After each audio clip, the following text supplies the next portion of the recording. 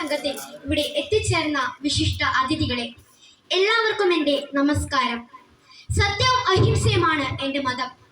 സത്യം എൻ്റെ ദൈവവും അഹിംസ അതിലേക്കുള്ള വഴിയുമാണ് എന്ന് പറഞ്ഞുകൊണ്ട് സത്യത്തെയും അഹിംസയെയും തൻ്റെ ജീവിതമാക്കി മാറ്റിയ മഹാത്മാഗാന്ധിയെ കുറിച്ച് 2 വാക്കുകൾ സംസാരിക്കാൻ ഞാൻ ആഗ്രഹിക്കുന്നു.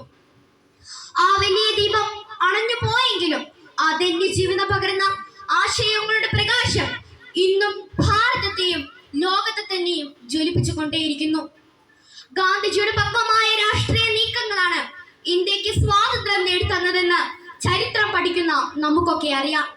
എന്നാൽ സ്വാതന്ത്ര്യം എത്തിയവിടെ 77 വർഷങ്ങൾക്കിപ്പുറം ഭാരതത്തിന്റെ രാഷ്ട്രീയ, സാമൂഹിക, പാരിസ്ഥിതിക മണ്ഡലങ്ങളിൽ നിന്നും നിലവിളികൾ ഉയരുന്നുണ്ടെങ്കിൽ അതിനു കാരണം മറ്റൊന്നല്ല, കാലാതീതമായ കരുത്തും മൂല്യവുമുള്ള ഗാന്ധിയൻ പ്രത്യയശാസ്ത്രങ്ങളെ നാം സൗകര്യപൂർവ്വം വിസ്മരിക്കുകയും മാറാപ്പുകെട്ടി മാറ്റി വെക്കുകയും ചെയ്തു എന്നതാണ്. ലളിതമായ ജീവിത ശൈലിയും ഉയർന്ന ചിന്താഗതിയുമാണ് ഗാന്ധി ദർശനങ്ങളുടെ കാതൽ. ലാളിത്യത്തെ ഇത്രത്തോളം ആഘോഷമാക്കിയ മറ്റൊരു നേതാവിനെ ചരിത്രത്തിൽ തിരയുക ഏക ശ്രമകരമായിരിക്കും. ചിന്താഗതികളുടെ തലപ്പൊക്കം കൊണ്ട് ലോക നേതാക്കളുടെ മുൻനിരയിൽ തന്റേതായ സിംഹാസനം ഉറപ്പിച്ച വ്യക്തിത്വമായിരുന്നു മോഹൻദാസ് കരംചന്ദ് ഗാന്ധി.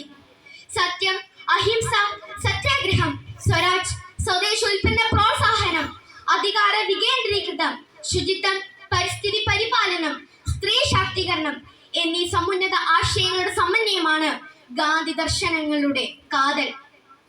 അഹിംസയായിരുന്നു ഗാന്ധിജിയുടെ സുപ്രധാനമായ ആശയവും ആയുധവും. ഒക്ടോബർ 2 ഗാന്ധിജിയുടെ ജന്മദിനം അന്താരാഷ്ട്ര അഹിംസാ ദിനമായി നാം ആചരിക്കുന്നുവെങ്കിൽ അത് അഹിംസാ സിദ്ധാന്തത്തിന്റെയും കാലികമായ പ്രസക്തിയും സ്വീകാര്യവും തന്നെയല്ലേ സൂചിപ്പിക്കുന്നത്. ആഭ്യന്തര കലഹങ്ങളും രാജ്യാന്തര യുദ്ധങ്ങളും ഭീകരവാദ പ്രവർത്തനങ്ങളും മൂലം നിരപരാധികളുടെ ചോരയും കണ്ണീരും കൊണ്ട് കുഴഞ്ഞ മണ്ണിൽ കാലുകൾ അമർന്നു പോകുന്നുവെങ്കിൽ അഹിംസയെ കുറിച്ച് ഉറക്കെ ചിന്തിക്കുവാൻ നമുക്ക് സമയമായിരിക്കുന്നു. സത്യാഗ്രഹമായിരുന്നു ഗാന്ധിജിയുടെ സമരരീതി. എതിരാളിയെ കടന്നാക്രമിക്കുന്നതിന് പകരം സ്വയം സഹനം കൊണ്ട് എതിരാളിയെ നിലപരിശാക്കുന്ന സമരമുറ ലോകത്തിന് പരിചയപ്പെടുത്തുകയായിരുന്നു ഗാന്ധി. ഈ അടുത്ത കാലഘട്ടത്തിൽ അന്താരാഷ്ട്ര ശ്രദ്ധ പിടിച്ചു പറ്റിയ ഡൽഹിയിലെ കർഷക സമരവും അതിന്റെ വിജയകരമായ പരിസമാപ്തിയും സത്യാഗ്രഹ സമരരീതിയുടെ കരുത്തും സൗന്ദര്യവും വീണ്ടും ലോകത്തിന് കാട്ടിക്കൊടുത്തു. സ്വാതന്ത്ര്യം നേടി 77 വർഷങ്ങൾക്കിപ്പുറം ലോകത്തിലെ ജനാധിപത്യ രാജ്യമായി നിലകൊള്ളുമ്പോഴും സ്വരാജ് എന്ന ഗാന്ധിയ സ്വപ്നത്തിലേക്ക് ഇനിയും ഒത്തിരി നടന്നെത്താനുണ്ടെന്ന യാഥാർത്ഥ്യം നാം അംഗീകരിച്ചേ മതിയാവൂ. കോവിഡ് എന്ന മഹാമാരി ലോകം കീഴടക്കുകയും അന്താരാഷ്ട്ര വിനിമയങ്ങൾ അറ്റുപോവുകയും ചെയ്തപ്പോൾ പല അവശ്യ വസ്തുക്കൾക്കും വേണ്ടി നാം നെട്ടോട്ടമോടുകയുണ്ടായി. ലോകത്തിന്റെ കമ്പോളമായി മാറാതെ സ്വയം പര്യാപ്തതയുടെ സ്വദേശി ആശയത്തെപ്പറ്റി നാം വീണ്ടും ഉറക്കെ ചിന്തിച്ചു. മതനിരപേക്ഷതയും മതമൈത്രിയും പരസ്പര പൂരകങ്ങളാണെന്ന് ഗാന്ധിജി വിശ്വസിച്ചു. ഗീതയും ബൈബിളും ഖുറാനും ചേർന്ന് രൂപപ്പെടുത്തിയ ചിന്താധാരയായിരുന്നു ഗാന്ധി ദർശനങ്ങളുടെ ആധാരം. മതഭ്രാന്തിന്റെയും വംശീയ വെറികളുടെയും പേരിൽ ഇന്നും ചോരച്ചാലുകൾ ഒഴുകുന്ന ഭാരതം മതമൈത്രി എന്ന രാഷ്ട്രപിതാവിന്റെ സ്വപ്നങ്ങൾക്ക് നേരെ കണ്ണടച്ചതിന്റെ ബാക്കി പത്രമാണ്. ഇന്ത്യയുടെ ആത്മാവ് കുടികൊള്ളുന്നത് ഗ്രാമങ്ങളിലാണെന്ന് അദ്ദേഹം പറയുകയുണ്ടായി.